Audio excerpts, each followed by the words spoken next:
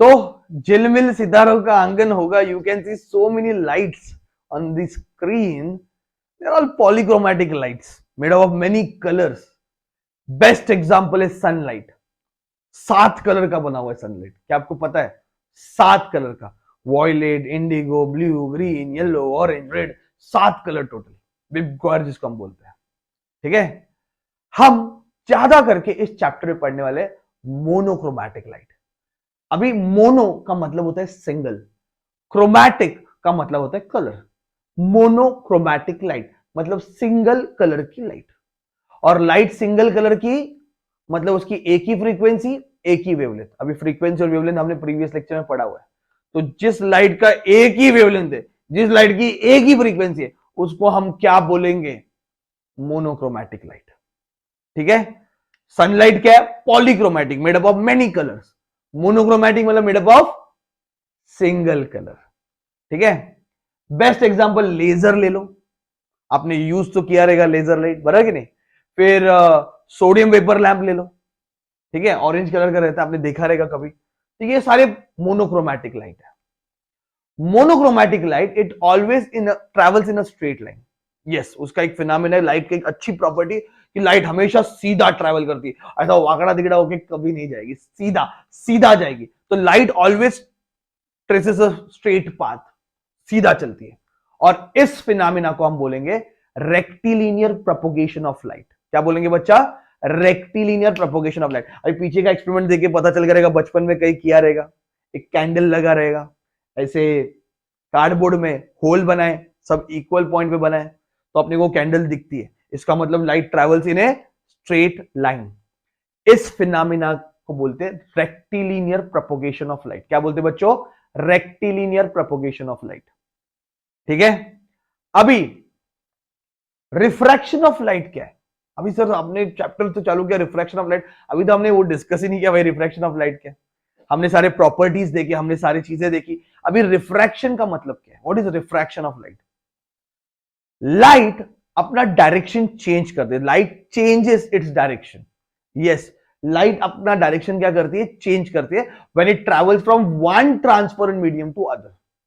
एक transparent medium से दूसरे ट्रांसपेरेंट मीडियम जब जाती है तो लाइट अपना पाथ चेंज करते हैं. इस फिनोमेना को हम बोलेंगे रिफ्रैक्शन ऑफ लाइट. बहुत एग्जांपल है, मतलब डे टू डे लाइफ के.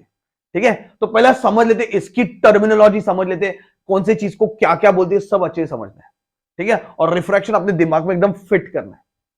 ओके बच्चों, चलो एक ग्लास स्लैब ले लेते, कांच का स्लैब ले लिया, उसको हम कुछ नाम दे देते ए बी सी डी. ठीक है. और ऊपर अभी एयर है और वो ग्लास स्लैब है, मतलब दो मीडियम बन गए. अरे दो मीडियम बन गए, एक एयर और एक ग्लास. एयर में पार्टिकल्स कैसे थोड़े दूर दूर रहते हैं ना, ग्लास में पार्टिकल कैसे रहते हैं? ऐसे एकदम ऐसे नजदीक नजदीक रहते हैं. तो एयर मेरे लिए क्या है? रेयर मीडियम है. और ग्लास मेरे लिए क्या है? डेंसर मीडियम है. तो ये दोनों वर्ड थोड़ा याद रखो, रेयर डेंसर. अगर मैं एयर और ग्लास लेता हूं तो एयर मेरे लिए क्या है? रेयर. और ग्लास मेरे लिए क्या है? डेंसर. अगर मैं एयर और वाटर लेता हूं तो एयर मेरे लिए क्या है? रेयर. वाटर मेरे लिए क्या है? डेंसर. इसका मतलब ये नहीं कि एयर रेयर ही है. अगर मैंने एयर और वैक्यूम ले लिया तो एयर बन जाएगा डेंसर और वैक्यूम बन जाएगा रेयर. तो कंपेयर करने के बाद ही पता चलेगा. ऐसा नहीं बोल सकते सर एयर हमेशा रेयर रहता है, क्या? जरूरी नहीं है. ठीक है. तो air and denser, air is rare and glass is denser. ठीक है. तो मैंने एक कांच का स्लैब लिया, ग्लास का स्लैब ले लिया, दिख रहा है. और उसमें जैसे मैं ले रहा हूं, उसको मैं जैसे ही ले रहा हूं तो उसमें तेरे को दिख रहा है दो मीडियम बन रहे हैं, एक एयर और एक ग्लास. अब एक लाइट आके साइड ए बी पे गिर गई. वो जो लाइट आके गिर रही है उस रे ऑफ लाइट को हम बोलेंगे इंसिडेंट रे. क्या बोलेंगे उसको? Incident ray. नाम याद रख. जो लाइट आके गिरी ना उसको हम क्या बोलेंगे? ये जो लाइट आके गिर रही है उसको हम क्या बोलेंगे? Incident ray. क्या बोलेंगे? Incident ray. जिस पॉइंट पे आके गिरी वो पॉइंट को हम बोलते हैं पॉइंट ऑफ इंसिडेंस. क्या बोलते हैं? Point of incidence. और वो पॉइंट कौन सा है? क्यू. तो मैंने दो नाम दे दिए. तो जो क्यू है वो पॉइंट ऑफ इंसिडेंस है और उधर मैं एक परपेंडिकुलर ड्रॉ करूंगा. ओके समझने के लिए डॉटेड लाइन से ड्रॉ करो हमेशा। तो ये मैंने परपेंडिकुलर, थोड़ा ज्योमेट्री बता रहा हूं ना, लाइट को हम ज्योमेट्री की तरह देख रहे हैं, तो मैंने ऐसे परपेंडिकुलर ड्रॉ कर दिया, दिख रहा है। इसको हम बोलते हैं नॉर्मल। क्या बोलते हैं बच्चा? नॉर्मल। परपेंडिकुलर का दूसरा वर्ड नॉर्मल है, इसको नॉर्मल बोलते हैं। तो ये PQ क्या है? जो रे ऑफ लाइट आके गिरी, इंसिडेंट रे, जो पॉइंट है उसको हम क्या बोलेंगे? Point of incident. वो तो मैंने नॉर्मल ड्रॉ कर दिया। अभी लाइट को सीधा जाना चाहिए था, जाना चाहिए था कि नहीं? लाइट को तो सीधा जाना चाहिए था। जो मैंने येलो कलर का डॉटेड लाइन बनाया उसका मतलब क्या? लाइट ऐसे जानी चाहिए थी, स्ट्रेट लाइन में, पर लाइट एक्चुअल में बेंड हो जाती है। देखो ये जो ग्रीन कलर की रे ऑफ लाइट निकाली वो रिफ्रैक्टेड रे। कौन सी है? रिफ्रैक्टेड रे। ये जो मैंने ग्रीन कलर की लाइट निकाली, तो लाइट क्या हो गई? बेंड हो गई। लाइट क्या हो गई? बेंड हो गई। ठीक है, ये रिफ्रैक्टेड रे। तो यू कैन सी इतना, ये जो ब्लू ऐसे जाना चाहिए था, ऐसा हो गया। तो नॉर्मल के साथ देखो कितना उसका डिफ्लेक्शन आया है, रिफ्रैक्शन आया। अभी उस पॉइंट पे, दैट इज आर पॉइंट पे, मैंने एक नॉर्मल फिर से ड्रॉ किया, और जब लाइट वापस ग्लास से एयर में आएगी, फिर से मीडियम चेंज हो रहा है। एयर से ग्लास गई, मीडियम चेंज हो गया। ग्लास से एयर आएगी, फिर से मीडियम चेंज होगा, मतलब फिर से बेंडिंग होगा। यस और नो?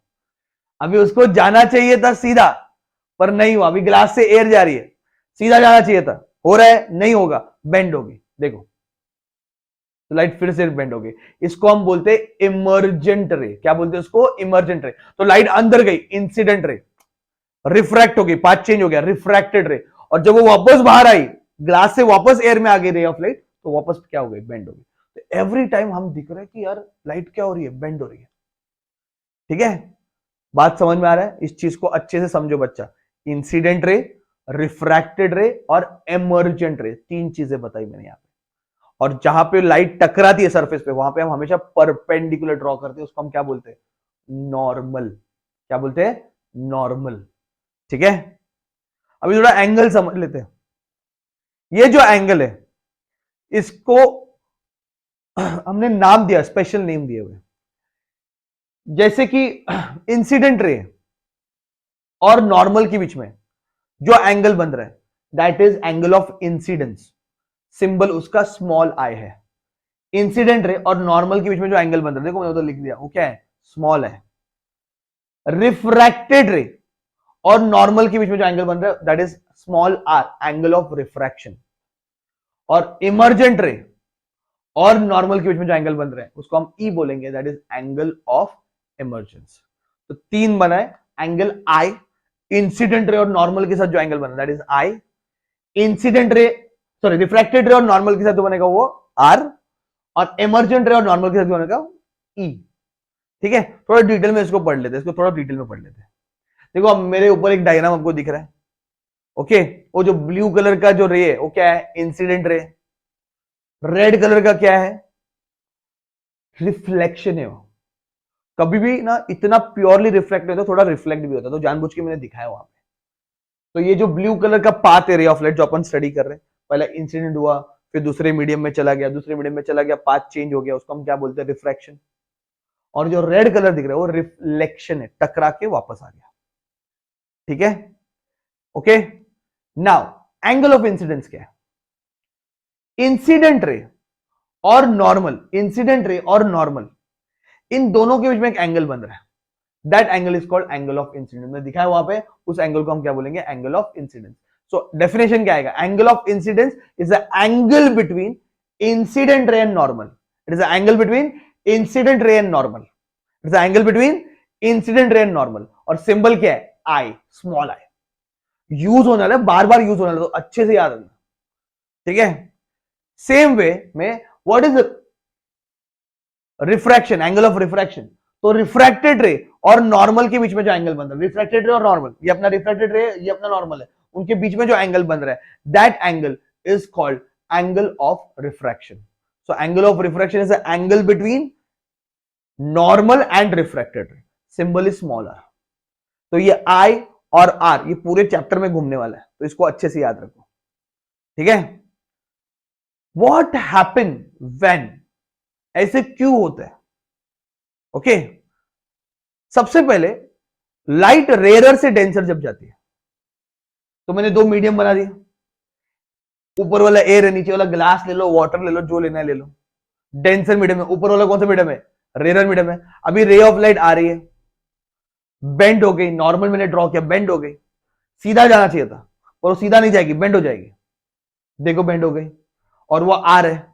तो मुझे बताओ, एकदम सिंपल है कंक्लूजन, अच्छे से देखो डायग्राम को, इंसिडेंट रे और रिफ्रैक्टेड रे दोनों जो एंगल बना रहे हैं, तो एकदम क्लियरली पता चलेगा वो जो रिफ्रैक्टेड रे ना, वो नॉर्मल की तरफ बेंड हो गई, डायरेक्शन चेंज हो रहा है, बेंडिंग हो रहा है, पर बेंड कहां पे हो रहा है, टूवर्ड्स नॉर्मल। और ये कभी होता है मालूम है, जब लाइट रेयर से डेंसर है। तो याद रखने पॉइंट, हमेशा जब लाइट रेयर से डेंसर जाएगी तो it bend towards the normal, it bend towards the normal. और दूसरे मीडियम में जाने का, डेंसर मीडियम में जाने का वेलोसिटी हमेशा कम होती है, डेंसर मीडियम में जाने का वेलोसिटी कम होती है, क्योंकि पार्टिकल्स बहुत सारे ना, तो वेलोसिटी कम होती है। बेस्ट एग्जांपल है, आप खाली रोड पे गाड़ी चला रहे हो, आपकी गाड़ी की स्पीड ज्यादा है, पर ट्रैफिक लगेगा, बहुत सारी गाड़ियां रहेगी, तो आप उतना स्पीड में चलाओगे क्या, नहीं गर्दी रहेगा तो क्या होगा, स्पीड थोड़ा कम हो जाएगा गाड़ी का, बराबर कि नहीं।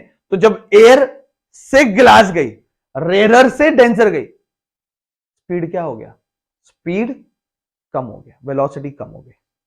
ठीक है, चलो और एक एग्जांपल लेते हैं। अभी अपन डेंसर टू रेयर बैठते हैं। सपोज मैंने ग्लास लैब लिया और लाइट अभी ग्लास लैब से कहां पे आ रही है, एयर में आ रही है, तो इंसिडेंट रे कहां पे, डेंसर मीडियम में, और वो ग्लास लैब से एयर में आ रही है, सीधा जाना चाहिए था, सीधा नहीं जाएगी, बेंड हो जाएगी। बेंडिंग से कैसे हो रहा है, लाइट को ऐसा सीधा जाना चाहिए था पर सीधा नहीं जा रही है, रिफ्रैक्शन हो रहा है, बेंडिंग हो रही है। अभी बेंड कैसे होगा, चेक कर, बेंड होगा ऐसे, that is away from the normal.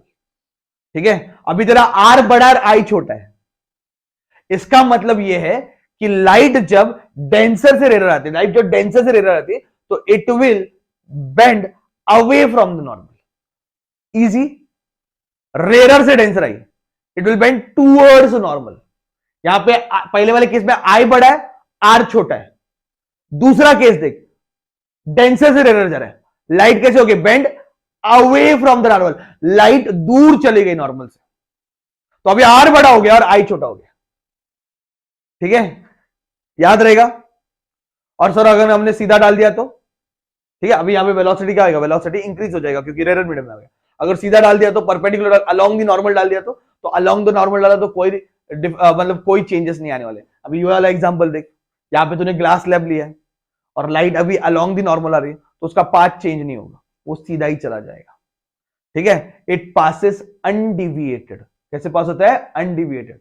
3 point देखे हमने, रेयर से denser it will bend towards normal, denser to rare it will bend away from the normal, और अगर अलोंग द नॉर्मल रहेगा, सीधा लाइट जाएगी, नॉर्मल परपेंडिकुलर लाइट जाएगी, तो उसमें कोई डिफ्लेक्शन आने वाला नहीं है। तो इसका मतलब पाथ तभी चेंज होगा जब लाइट ऑब्लिकली जाएगी, टेढ़ा जाएगा, सीधा जाएगा, अलोंग द नॉर्मल जाएगा, तो आपको डिफ्लेक्ट मतलब आपको कोई चेंज नहीं दिखेगा, अनडिविएटेड पास होगी, कोई डेविएशन नहीं दिखने वाला। ठीक है, याद रहेगा। रिफ्रैक्शन मतलब समझा क्या है, जब लाइट एक मीडियम से दूसरे मीडियम आती है, उसका पाथ क्या होता है, चेंज होता है। ट्रांसपेरेंट मीडियम से उसका पाथ क्या होता है, चेंज होता है। उस फिनोमेना को हम बोलते हैं रिफ्लेक्शन ऑफ लाइट।